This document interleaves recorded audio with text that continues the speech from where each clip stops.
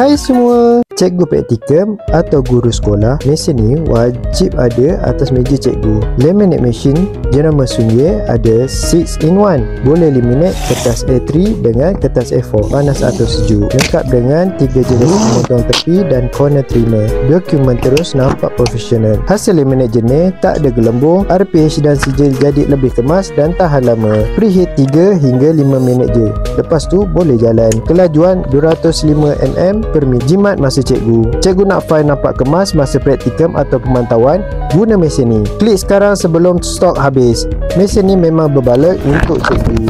Selamat mencuba. Jangan lupa try dekat rumah. Komen dekat bawah barang apa lagi yang korang nak.